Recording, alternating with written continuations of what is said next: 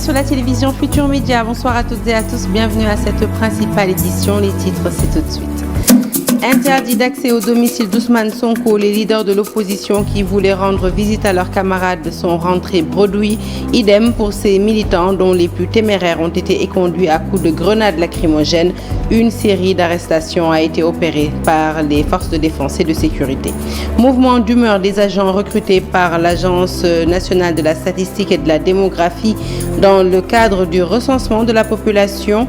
Ils réclament leur dû après 30 jours d'opération sur le terrain.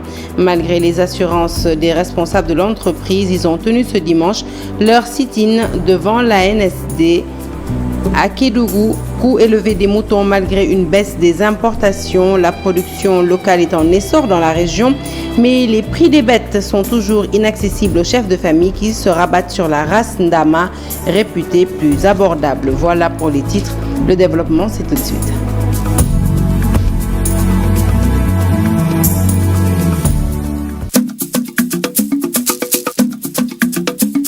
Bonsoir à toutes et à tous. Je vous l'annonce donc tout de suite en titre un journal que nous ouvrons avec la tension notée ce dimanche au sein du quartier Cœur Gorgui.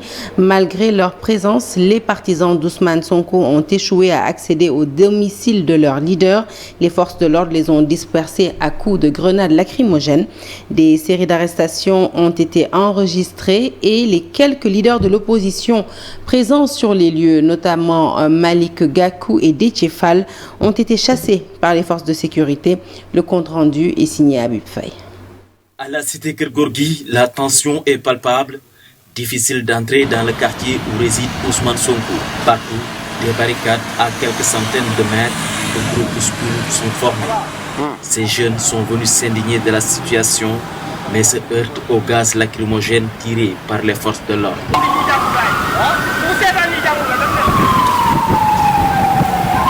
S'ensuit une série d'arrestations.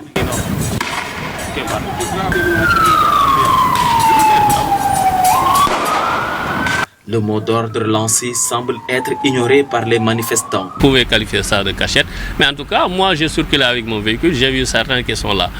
Mais encore une fois, ce qui compte ici, c'est d'être présent, avant toute chose de faire comprendre que cette séquestration-là qui continue est illégale, il n'est basé sur aucun acte ou bien une décision administrative ou judiciaire. Mais l'objectif reste le même. Chacun se mesure par rapport à son engagement et son dévouement par rapport à cette cause-là, à cette problématique. Nous, on a tenu à être là parce que nous avons appelé aux Sénégalais de les sensibiliser. Parce qu'il ne s'agit pas seulement de lever les barrières, mais aussi de faire comprendre à l'opinion nationale et internationale ce qui est en train de se passer est injuste et illégal. Ça ne peut pas continuer. Ça ne va pas continuer. Que ce soit maintenant ou après, ça ne va pas continuer parce qu'on ne peut pas l'accepter.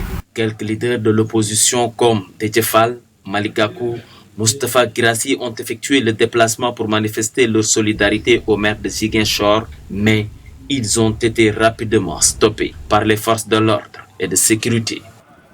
Le Sénégal est en train de traverser l'une des plus graves crises de son histoire politique, soutient le professeur Mamadou Diouf, enseignant en histoire à l'Université de Columbia aux États-Unis. L'invité de l'émission Grand Jury ce dimanche sur RFM estime que l'image de la démocratie sénégalaise est ternie et que le dialogue peut toujours être une solution de sortie de crise. Je vous propose de l'écouter. C'est l'une des plus graves crises politiques dans les situations contemporaines, si vous voulez, parce qu'il y a eu d'autres crises qui ont eu lieu, qui ont été parfois des crises sanglantes, mais des crises politiques aussi assez poussées. Les dernières sont les crises qui sont liées aux crises qui ont été créées durant le régime du président, les 2 mandats du président Wade. Il y a eu aussi les grandes crises dans les années 80 durant le mandat de Abdou Diouf. Il y a eu des crises qui sont les crises des années 60 durant les mandats de Senghor en 62.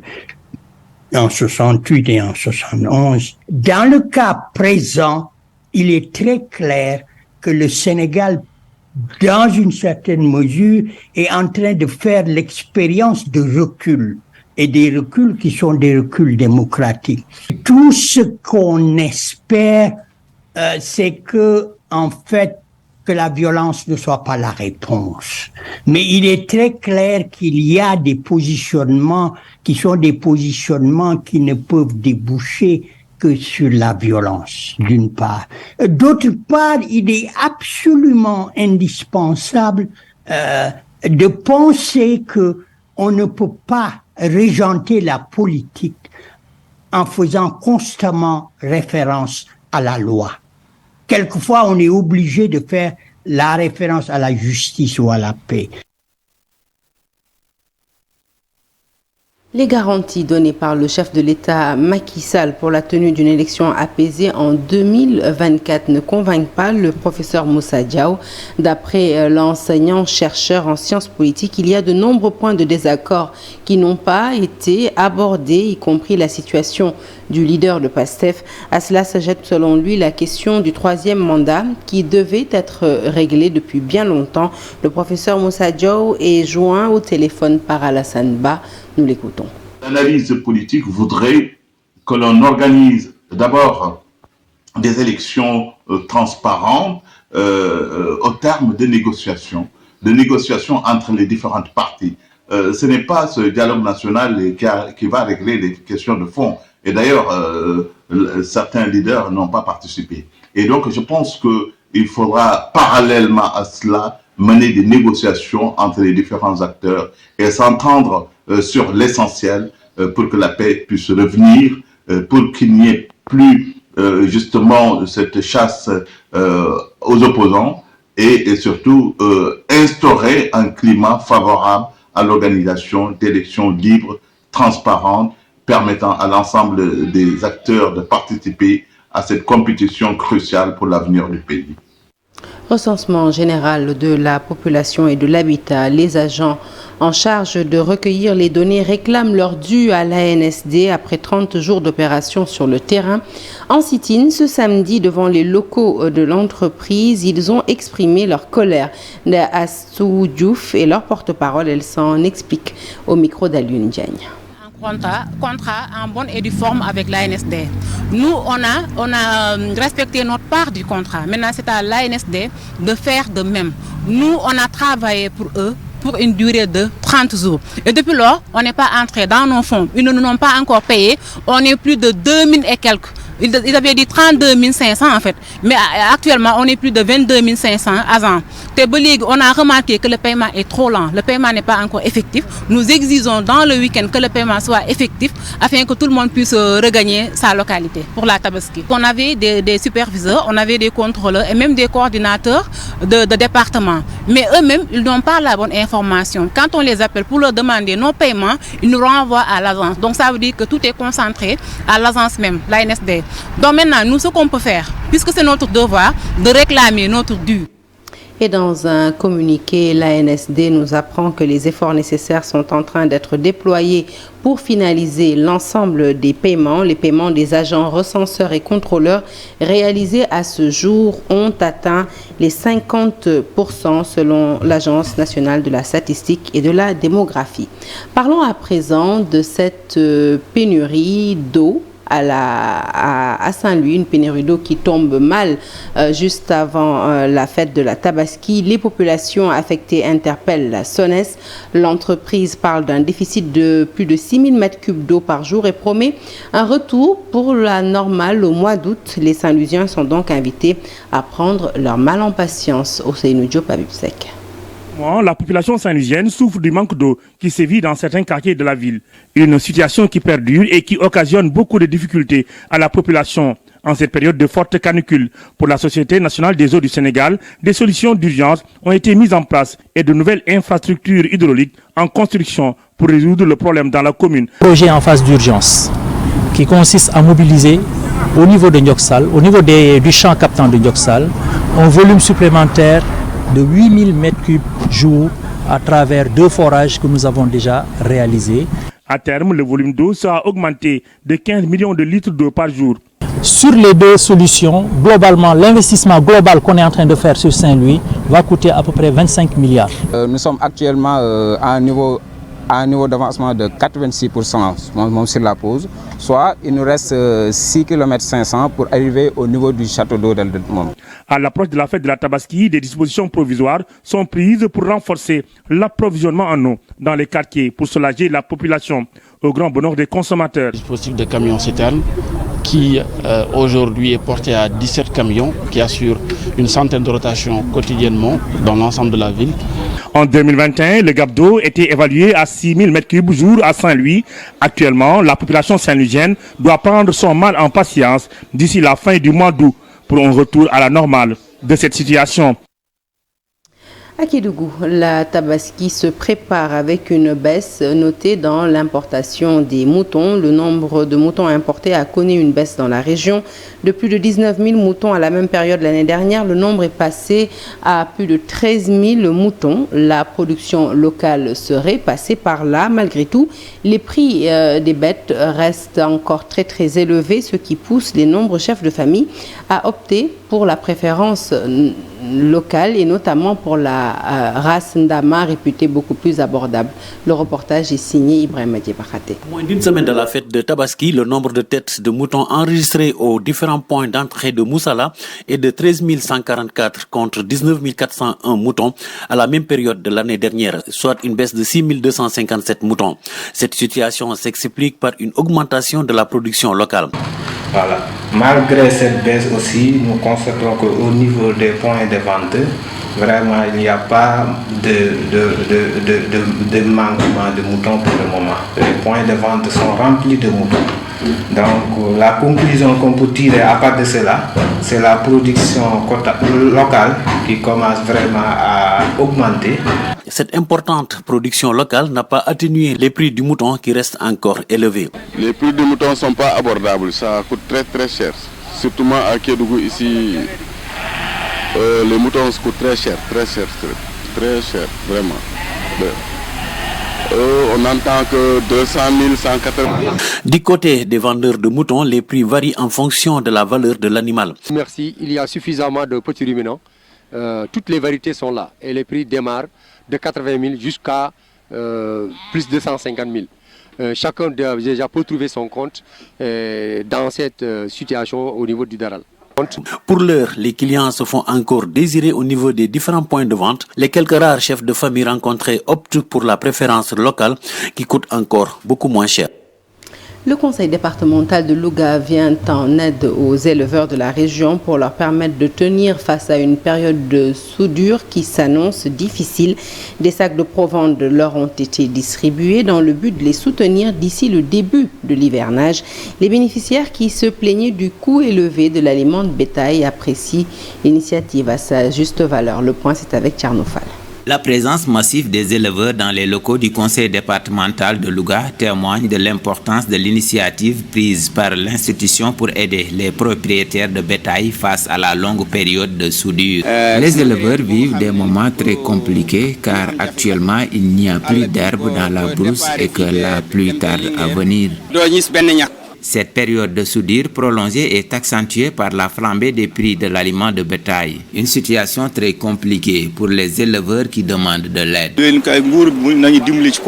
Il nous faut de l'aide car la situation est actuellement très compliquée et que la nourriture coûte très cher. Nous achetons le sac de provende entre 11 000 et 12 000 francs CFA. C'est vraiment très cher. Le conseil départemental de Louga a pris conscience de l'urgence d'intervenir pour préserver le cheptel et soutenir les éleveurs locaux en distribuant des aliments pour le bétail. Les éleveurs et la population ont besoin d'être soutenus.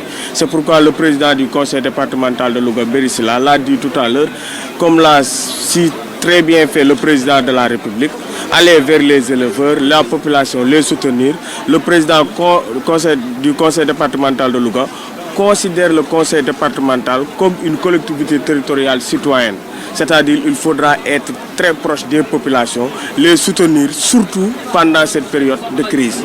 Dans le cadre de ce programme de distribution d'aliments pour le bétail, le conseil départemental a mobilisé des ressources considérables pour répondre aux besoins des éleveurs. Plus de 65 tonnes de provende ont été achetées et mises à la disposition des acteurs de l'élevage du département de Louga.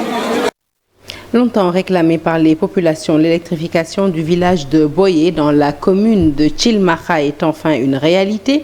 Certains hameaux voisins ont même pu bénéficier de cet approvisionnement sur place.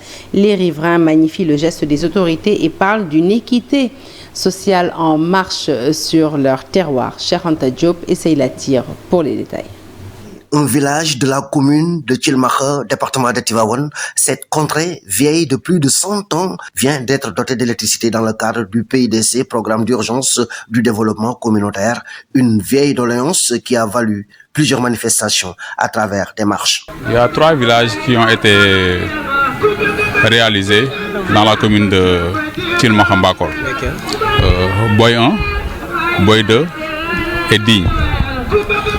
Bon, on envisage même de faire 2 villages supplémentaires dans les jours à venir, Derlé et Longor. Le maire de Thilmakha magnifie ce geste de l'État du Sénégal à travers lequel il voit l'effectivité de l'équité sociale. Je sais que c'est touchant, c'est émouvant aujourd'hui de venir ici pour les gens qui connaissent hier Boya et aujourd'hui. Mais vous verrez qu'il y a le changement et tout ça on le doit au président, son excellence, M. Macky Sall. Nous le remercions vraiment et nous ne cessons vraiment de le féliciter, de l'encourager pour ce qu'il est en train de faire à travers son plan Sénégal émergent. Pour cette jeunesse, pour ces dames qui luttent chaque jour pour améliorer les conditions de vie de la communauté, je pense que c'est d'une importance capitale. Ça va booster l'économie, ça va davantage motiver les gens à s'activer sur des activités génératrices de revenus. Les populations ont profité de la cérémonie d'inauguration pour formuler une autre importante doléance relative au bitumage de l'axe Dindi-Thiafoura-Thilmakha. Allez, parlons éducation à présent pour encourager les élèves de la commune de Yeumbeul. Leurs professeurs et maîtres des différents établissements scolaires ont organisé une journée de l'excellence dans le but de célébrer les meilleurs élèves de l'année académique 2022-2023. Des dizaines d'apprenants ont ainsi été primés. Le reportage est signé Mamadou Fall et Abdoulaye Patéane. Où résidera l'excellence, il est impératif d'encourager les meilleurs élèves. Et les meilleurs qui se sont distingués sont célébrés à Yeumbeul Nord via l'organisation d'une journée de l'excellence, ce qui ne fait qu'encourager les apprenants. Nous sommes ici avec tous les acteurs de l'école. Cette année est particulière et nous nous en réjouissons vu la réussite de cette organisation. Nous ferons tout pour élargir ces actions parce que nous avions prévu de faire participer les écoles privées et les universités. Les élèves magnifient l'action et promettent de ne pas décevoir leur commune natale. Je félicite les organisateurs, ces reconnaissances nous motivent pour aller encore de l'avant. Des ordinateurs et d'autres outils didactiques ont été offerts aux élèves méritants afin d'encourager les autres à cultiver l'excellence. La commune de Nord-Foire a abrité ce dimanche la pose de la première pierre de l'église Saint-Jean Bosco par Monseigneur Benjamin Ndiaye. Le terrain de 2570 m² obtenu grâce à l'État du Sénégal aura une capacité d'accueil de 3000 places et toutes les commodités pour bien accueillir les fidèles. La cérémonie a coïncidé avec le départ du curé Cyprien qui jusqu'ici dirigeait la paroisse. L'abbé dit partir plutôt avec le cœur gros, laissant derrière lui des fidèles dévoués à Jésus-Christ. Compte rendu signé par Faraning. Architecture moderne avec toutes les commodités, la maquette de la nouvelle église Saint-Jean Don Bosco de Nord-Foire va devenir bientôt une réalité. Après la messe, son Excellence Monseigneur Benjamin Ndiaye a béni la première pierre. En succédant au cardinal Théodore Adrien Sarr sur le siège de Dakar, parmi les dossiers qu'il m'avait transmis, il y avait le projet d'acquisition d'un terrain à Nord-Foire au bénéfice de la communauté chrétienne. Les coûts étant hors de notre portée, le cardinal Sarr avait obtenu un engagement du gouvernement à l'aider dans l'acquisition de ce terrain. j'ai bénéficié de ce temps d'acquisition du terrain et j'en rends grâce à Dieu. Avec reconnaissance, je dis merci au gouvernement pour cette attention à un besoin culturel de notre communauté qui se caractérise ici par sa pluralité. Les gens qui sont là à Nord-Foire sont de différentes nationalités. Et ça aussi, c'est une caractéristique de l'Église catholique. Catholique veut dire d'ailleurs universel. Et nous rendons grâce à Dieu. Cette pose de la première pierre coïncide avec la fin de mission du curé de Nord-Foire, qui a un pincement au cœur de quitter les fidèles de la localité. Je suis au terme de ma mission, mais aucune mission n'a une fin. Nous continuons encore, nous continuons de travailler. Le Seigneur nous a appelés à sa vigne et la vigne, elle est grande. On a un pincement au cœur, mais en même temps on se réjouit. C'est la proximité de mes fidèles, avec simplicité, avec beaucoup de naturalité. L'approche, disons que les paroissiens ont une très bonne approche. Et pour moi, c'était nouveau.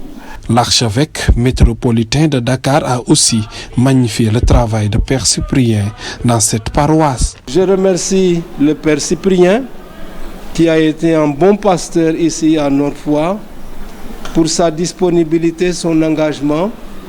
La mission continue. On est comme des soldats du Christ, appelés ici aujourd'hui, demain ailleurs.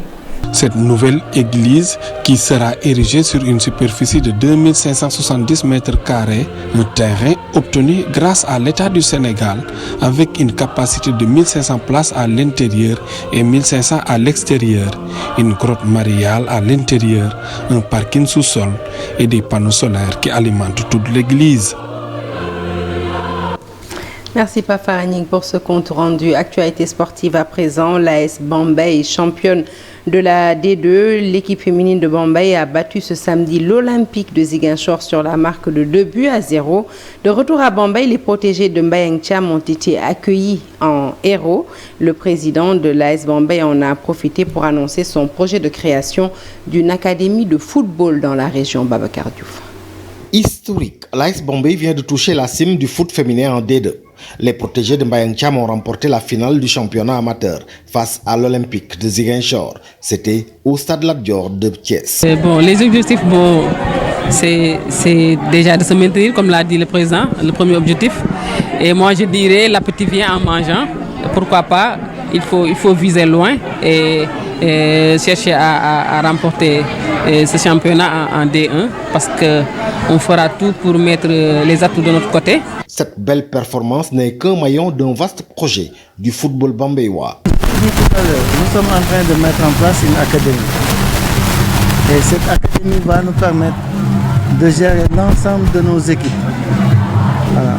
L'équipe féminine, l'équipe masculine et aussi la petite catégorie. On va démarrer l'année prochaine avec la petite catégorie, les U15 et éventuellement les U20. Bon, maintenant, le projet c'est en fait bâtir une équipe performante au niveau local, essayer de conquérir le Sénégal et après, essayer d'aller vers l'Afrique. C'est ça le projet. Après ce sacre, les Lions de Bambey ont eu droit à un accueil digne d'un bon ambassadeur.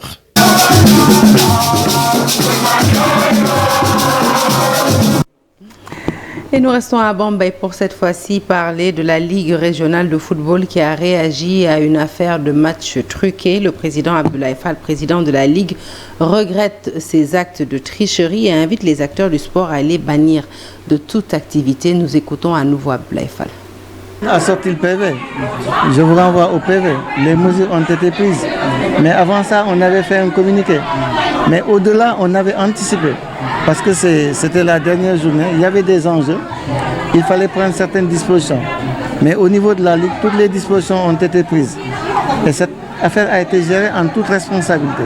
Et je pense qu'au niveau de la Fédé et du COMEX, on a salué la manière avec laquelle la Ligue de Djibril a eu à traiter ce problème. Et ce qui fait que les mesures qui devraient être prises ont été prises. Les équipes sont suspendues. Je pense qu'il y a des sanctions pécuniaires. Et même les joueurs n'ont pas été épargnés. En fait, c'est des pratiques qu'il faut bannir de notre football. La tricherie n'a pas de place dans notre football actuel.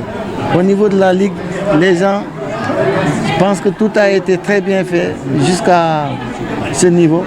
Bon, malheureusement, c'est une affaire qui nous est tombée dessus. Bon.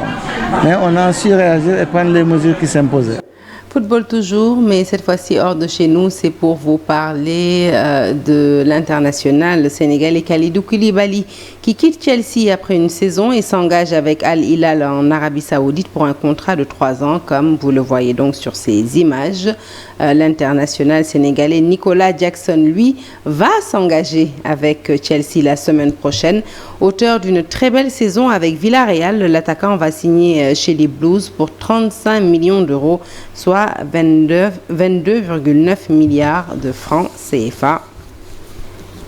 Et on leur souhaite bon vent. Excellente suite des programmes sur la télévision Futur Média. L'actualité se poursuit sur toutes nos plateformes digitales. Bon début de semaine à toutes et à tous. Merci.